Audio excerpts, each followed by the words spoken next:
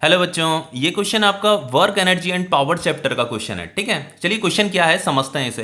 देखिए यहाँ पे हमसे पूछा गया है find the angle between the force का ये कार्टेशियन फॉर्म हमें गिवन है 3i cap plus 4j cap minus 5k cap. ठीक है, एंड डिस्प्लेसमेंट, ये डिस्प्लेसमेंट का भी हमें कार्टेशियन फॉर्म गिवन है। हमें क्या बताना है, ये जो फोर्स वेक्टर है और ये जो डिस्प्लेसमेंट वेक्टर है इनमें कितना एंगल बन रहा है। फाइंड द एंगल, ये एंगल हमें फाइंड करना है। ठीक है, तो बच्चों यहाँ पे ये फोर्स तो हमें गिवन है और डिस्प्लेसमेंट हमें गिवन है, तो हमें फोर्स वेक्टर और डिस्प्लेसमेंट वेक्टर में जो एंगल फॉर्म हो रहा होगा उस एंगल को हमें फाइंड करना है।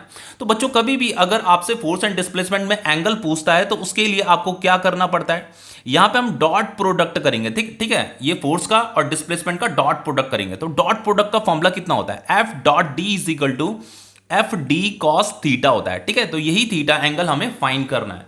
बच्चों ये जो थीटा एंगल है, थीटा एंगल जो है फोर्स वेक्टर और डिस्प्लेसमेंट वेक्टर में ये एंगल है। जो एंगल फोर्स वेक्टर और डिस्प्लेसमेंट वेक्टर में बन रहा होगा ना, जो फॉर्म हो रहा होगा जो एंगल, उस एंगल को थीटा बोला जाता है।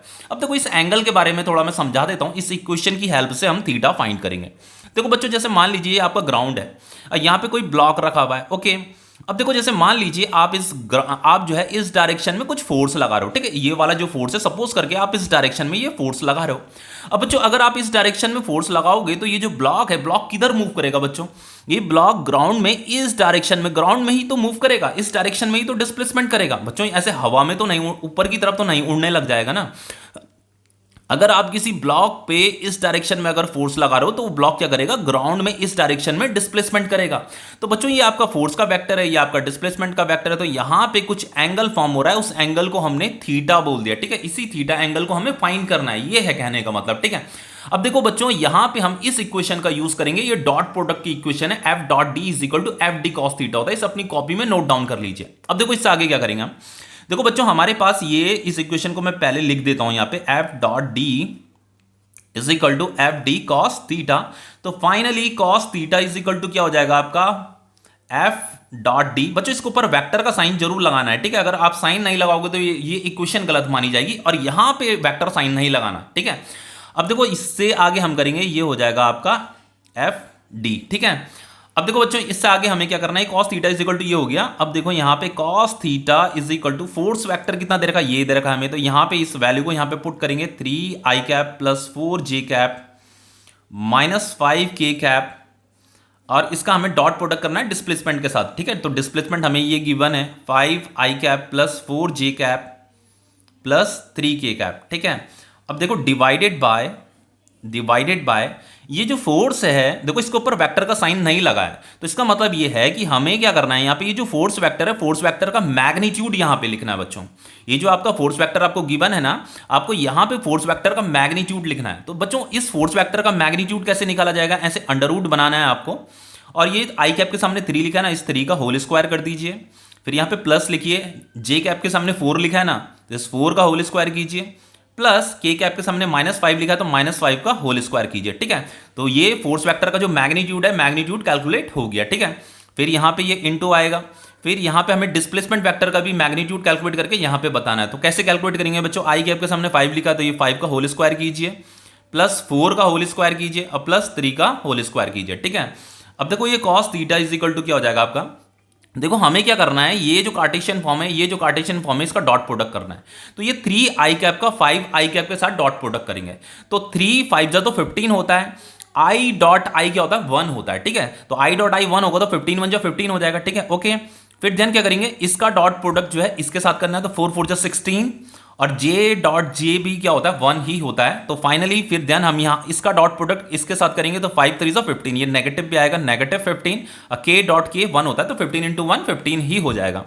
अब देखो बच्चों आगे क्या करेंगे हम, यहाँ पे ये 3 3 जा 9 हो जाएगा, 4 4 जा 16, 5 5 जा 25, एंड ये कितना हो जाएगा आपका 25 प्लस 16 प्लस 9 हो जाएगा। ठीक है, अब बच्चों ये देखो ये 15 से 15 कट जाएगा, cos theta is equal to आ जाएगा आपका 16 डिवाइडेड बाय, जब हम इसे प्लस करेंगे तो यहाँ पे ये √50 आता है, इसकी वैल्यू भी √50 आएगी। ठीक है, तो ये finally cos theta is equal to हो रहा है 16 डिवाइडेड बाय √50 इंटू √50 कितना होगा, 50 हो जाएगा। अब देखो बच्चों अगर हम इसे काटते हैं, अगर मैं इसे डिवाइड करता हूं तो डिवाइड करके इसकी जो वैल्यू आती है 16 डिवाइडेड बाय 50 जो होता है वो होता है आपका 0.32। तो finally theta is equal to कितना हो जाएगा आपका, कॉस इनवर्स 0.32। इस ये आपका थीटा कैलकुलेट हो गया। मतलब ये जो फोर्स वेक्टर है, ये जो डिस्प्लेसमेंट वेक्टर है, यहाँ पे जो एंगल फॉर्म हो रहा है वो इतना एंगल फॉर्म हो रहा है। देखो बच्चों, लेकिन यहाँ पे एक इंपॉर्टेंट चीज और है, यहाँ पे find the projection of F on D पूछा है। हमें क्या बताना है? Projection of F on D. अब देखो बच्चों, इसका मतलब क्या होता है, इसे मैं समझा देता हूं। जैसे मैंने आपको बताया था कि ये ग्राउंड है, यहां पे हमने एक ब्लॉक को रखा हुआ है और यहां पे सपोज करके ये फोर्स वेक्टर इस डायरेक्शन में लग रहा है, ठीक है। अब देखो बच्चों, अगर इस ब्लॉक में हम इस डायरेक्शन में फोर्स लगाएंगे तो ब्लॉक ऐसे ऊपर की तरफ थोड़ा ना मोशन करेगा, ग्राउंड से क्या ऊपर मोशन करने लगेगा? नहीं करेगा। तो ये मोशन किधर करेगा? इस डायरेक्शन में। इसका क्या होगा? ये डिस्प्लेसमेंट होगा। बच्चों ये क्या है? उसका डिस्प्लेसमेंट वेक्टर है, ठीक है। तो ये हो गया उसका डिस्प्लेसमेंट वेक्टर। अब देखो बच्चों, यहां पे जैसे सपोज करके यहां पे ये थीटा एंगल फॉर्म हो रहा है जो हम कैलकुलेट कर चुके हैं। अब यहां पे पूछा projection of F on D. इसका मतलब ये होता है कि हमें ये जो फोर्स वेक्टर है, फोर्स वेक्टर का प्रोजेक्शन बताना है ऑन डी। ये जो डी वेक्टर है ना, डी वेक्टर की डायरेक्शन में हमें क्या करना है? इस फोर्स वेक्टर का प्रोजेक्शन बताना है। तो बच्चों प्रोजेक्शन ऐसे बताया जाता है। आपको क्या करना है? ये जो फोर्स वेक्टर है, फोर्स वेक्टर के आपको कंपोनेंट बनाने हैं। बच्चों एक कंपोनेंट इस डायरेक्शन में बना दीजिए और एक कंपोनेंट इस डायरेक्शन में बना दीजिए, ठीक है। किसी भी वेक्टर के दो कंपोनेंट बनाए जा सकते हैं। बच्चों कंपोनेंट जब बनाए जाते हैं ना, तो दोनों कंपोनेंट आपस में परपेंडिकुलर होते हैं। तो एक कंपोनेंट हमने इस डायरेक्शन में बना दिया, एक कंपोनेंट इस डायरेक्शन में बना दिया। तो बच्चों ये वाला जो कंपोनेंट बना है ना, ये वाले कंपोनेंट को हम क्या बोलेंगे? कि ये वाला जो कंपोनेंट है इस फोर्स वेक्टर का प्रोजेक्शन है ऑन डी। देखो यहां पूछा projection of F on D. इसका मतलब यह है कि हमें फोर्स वेक्टर का कंपोनेंट वेक्टर बनाना है डी वेक्टर की डायरेक्शन में। तो हमने ये फोर्स वेक्टर का कंपोनेंट एक नया वेक्टर बना दिया जो कि इस फोर्स वेक्टर का कंपोनेंट है। अब वो डी की डायरेक्शन में होना चाहिए। अब बच्चों देखो, ये वाला जो कंपोनेंट होगा इसकी वैल्यू कितनी होगी? इसकी वैल्यू जो होती है एफ कॉस थीटा होती है और इसकी जो वैल्यू होती है एफ साइन थीटा होती है। इतना तो आपको पता ही होगा। जो वेक्टर इस वेक्टर के साथ थीटा एंगल बनाएगा वहां पे कॉस थीटा लिखा जाएगा, इस एफ को यहां पे लिखा जाएगा और यहां पे एफ साइन थीटा होगा। तो बस ये जो प्रोजेक्शन था ये एफ कॉस थीटा ही क्या है? Projection of F on D है बच्चों।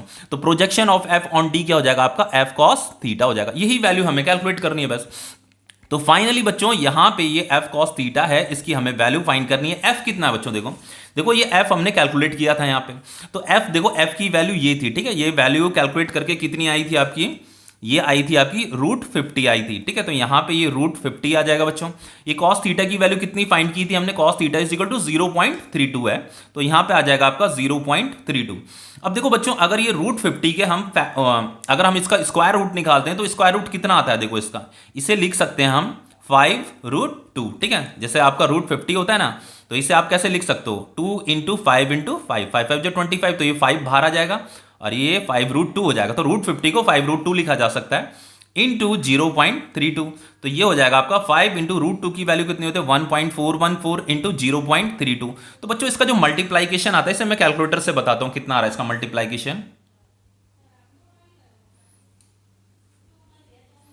बच्चों ये मल्टीप्लाइकेशन आ रहा है 2.2624, ठीक है। तो इसे फाइनली हम ऐसे भी लिख सकते हैं, 2.26 भी लिख सकते हैं। तो ये प्रोजेक्शन आ गया, इतनी वैल्यू आ रही है प्रोजेक्शन की। मतलब ये जो एफ कॉस थीटा है इसकी वैल्यू इतनी आ रही है। तो ये क्वेश्चन आपका कंप्लीट हो जाता है। ओके।